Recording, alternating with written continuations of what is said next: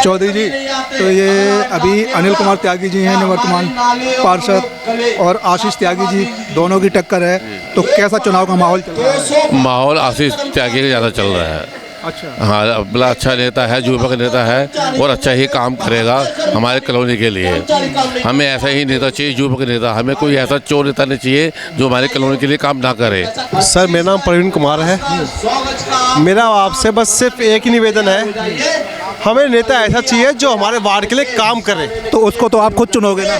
हाँ बिल्कुल सर, हम आम आदमी पार्टी के नेता को चुनने को तैयार हैं, क्योंकि वो काम करते हैं। हर चीज़ के लिए हमारे लिए तत्पर तैयार खड़े हैं वो जी। आम आदमी पार्टी जिंदाबाद। किन मुद्दों को देखते हुए जो है इस बार चुनाव में जा रहे हो? भाई जो है बढ़िया जो आदमी है, जो है उनको जो जिताना है, जो हमारे गली खरंजे काम करें, समझे, इसीलिए अपने बीच के आदमी हैं। 4 तारीख को यहाँ की वार्ड नंबर 6 की जनता क्या डिसाइड करेगी? क्या है मन में? मन में आम आदमी पार्टी है। आम आदमी पार्टी? बिल्कुल जी। क्यों? वो काम करने वाली पार्टी है, काम करने वाली पार्टी है, हर तरह के काम कर रही है, बिजली, पानी, स्वास्थ्य, शिक्षा, सब में काम कर रही है। इसलिए सर, क्या नाम है सर आपका? मेरा नाम राजवीर सिंह है, मैं बी ब्लॉक बाबा कॉलोनी का प्रधान हूँ। ये क्षेत्रीय इलेक्शन है और क्षेत्र में क्षेत्र के लोगों की ही बात रखी जानी है। एमसीडी के 15 साल की बीजेपी की नाकामी पर इस बार हमारी पार्टी ने यहाँ से आशीष त्यागी जी को टिकट दिया है और हम लोग दिन रात प्रयास में लगे हैं। एक बार जोर से नारा लगाएंगे, भारत माता की। नारे से ही पता लग रहा है 4 तारीख को झाड़ू का बटन दबने वाला है। देखिए, आज हम लोग जो यहाँ इकट्ठा हुए हैं, ये हुए क्यों हैं? 4 तारीख को एमसीडी का चुनाव है। एमसीडी का काम क्या होता है ये हमें थोड़ा सा पता होना चाहिए। एमसीडी का काम है नाली सफाई का, झाड़ू लगाने का, लेकिन ये इससे विपरीत काम करने लगे हैं। झाड़ू लगाते हैं कोई, नाली साफ करते हैं? नहीं करते ना। ये इससे विपरीत काम करते हैं। अब 25 गज का, 50 गज का, 100 गज का मकान बनाने लग जाइए, जेई निगम पर सब आ जाते हैं ना आपके पास पैसे मांगने, आ जाते हैं ना। तो मैं आज आपको इस मंच से आश्वस्त करना चाहता हूं, जिस दिन आप 4 तारीख को मुझे चुनकर भेज देंगे तो ये जेई निगम पार्षद तो आपके घर से पैसे लेने आते हैं, ये पैसे लेने नहीं आएंगे। ये मैं आपको आश्वस्त करता हूँ। देखिए, सुनने में आ रहा है कि जो भाजपा के प्रत्याशी हैं 3 करोड़ में टिकट लाए हैं। भाई साहब, 3 करोड़ में, अगर जो व्यक्ति 3 करोड़ में टिकट लाया है तो आप समझ सकते हैं तो कम से कम 30 करोड़ रुपए जरूर कमाएगा। कमाएगा नहीं कमाएगा? कहां से कमाएगा? आपकी जेब से कमाएगा या मेरी जेब से कमाएगा? लेंटर से कमाएगा, उन कर्मचारियों के तनख्वाह से कमाएगा। लेकिन मैं आपको आज इस मन से ये बताना चाहता हूँ, इस बार वो आपके पास आएंगे, पैसा देंगे तो भाई साहब बिल्कुल भी मना मत करना, पैसे जरूर लेना। 10,000 दे तो 20,000 लेना, लेकिन क्या करना, 4 तारीख को जाके 4 नंबर का झाड़ू का बटन दबा देना। इस बार उन्हें पता चल जाएगा कि जी हम पैसों में बिकने वाले नहीं हैं, हम काम की राजनीति करना जानते हैं। हम आएंगे। देखिए, दिल्ली में आम आदमी पार्टी की सरकार है, नीचे 15 सालों से एमसीडी में भाजपा की सरकार है ना, भाजपा की सरकार। तो देखिए, जब वो आपके पास आते हैं तो कहते हैं भाई साहब हम लाइट भी लगा देंगे, हम खरंजे बना देंगे, हम नालियां बना देंगे, हम सफाई करा देंगे।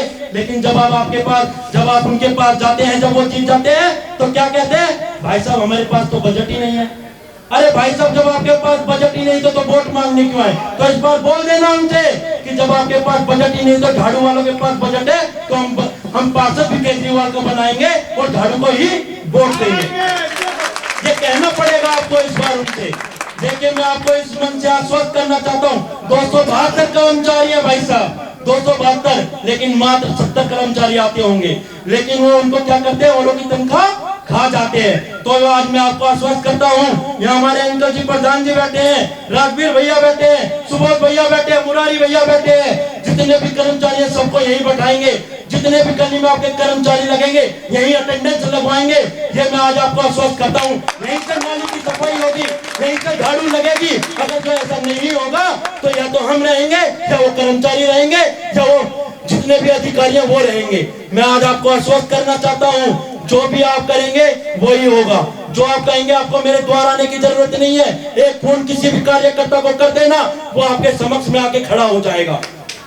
देखिए मैं ज्यादा कुछ नहीं कहूंगा, ये धनाढ़ लोग हैं, ये धनाढ़ लोग हैं, धन पर चुनाव लड़ते हैं। मैं आपसे वोट मांगता हूं, काम पे चुनाव लड़ता हूं, तो इस बार मैं आपसे निवेदन करता हूं, इस बच्चे को, इस भाई को इस झोली में वोट डाल देना, तो काम की धार देखना, काम बंद नहीं होंगे। मानता हूं कोई गलियां नहीं बनी होंगी, कोई गलियां छूट गई होंगी, लेकिन मैं आपको आश्वस्त करता हूं जिस दिन हमारी सरकार बन जाएगी 4 महीने के अंदर सारी गली बना देंगे। इतना बटन दबा देना इन धनाढ़ों को पता चल जाए कि काम पे वोट मिलते और मशीन को खराब कर देना, इन मशीनों को खराब कर देना, इतना बटन दबा देना इस बार। तो मैं आपसे ज्यादा कुछ नहीं कहूंगा, इस बार हम काम की राजनीति पे वोट दे। देखिए मैं आपसे निवेदन करता हूं, एक बार काम पे वोट देके देखिए, कोई कुंभ का मेला नहीं है भाई साहब, 12 साल बाद आएगा।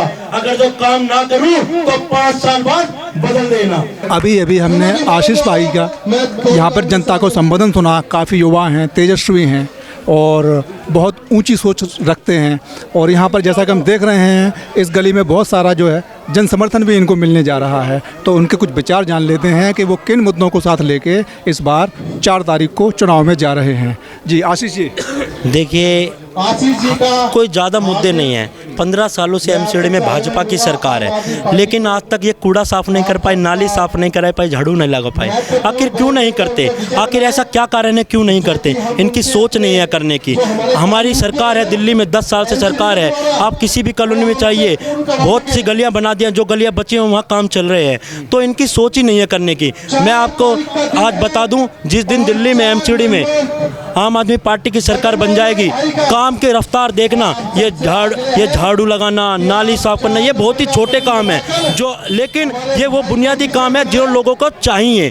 तो मैं आपको आश्वस्त करता हूँ, इस जनता को आश्वस्त करना चाहता हूँ कि जिस दिन सरकार बन जाएगी, ये नाली की परेशानी ये सब खत्म हो जाएगी, कूड़े का ढेर कोई नहीं होगा। हमने इसके लिए बहुत ही अच्छी सोच रखी है कि एक भी कूड़े का पहाड़ नहीं बनने देंगे। तो कूड़े के पहाड़ तो ये बीजेपी ने थोड़ी बनाए जी, 15 सालों से बीजेपी की सरकार है। 15 साल से बीजेपी सरकार जरूर है, लेकिन वो कूड़े के जो पहाड़ हैं आपने भी देखे हैं, मैंने भी देखे हैं, ये तो कांग्रेस के ज़माने से और उससे भी पहले के।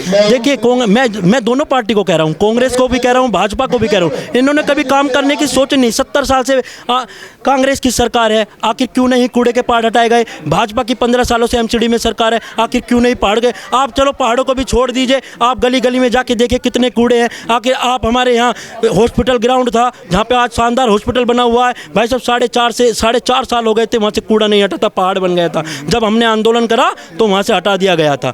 तो ये इनकी मंशा ही नहीं है कूड़े के पहाड़ हटाने की। ये गली गली अब आप चले जाइए, आप इन जनता यहाँ बैठी है, आप इनसे किसी से भी पूछ लीजिए, इन्हें गाड़ियाँ नहीं आती हैं, यहाँ 50 रुपये कूड़े वालों को देने पड़ते हैं। ये सारी समस्या हम लोग खत्म करेंगे, मैं ये विश्वास देता हूँ अपनी जनता को। और इस बार आप रुझान देख लीजिए, जनता में पूरा आक्रोश है बीजेपी के खिलाफ। इस बार झाड़ू का बटन इतना दबेगा, जैसा हमारे माननीय अरविंद केजरीवाल जी ने कहा है, कम से कम 200 सीट आने जा रही हैं एमसीडी में।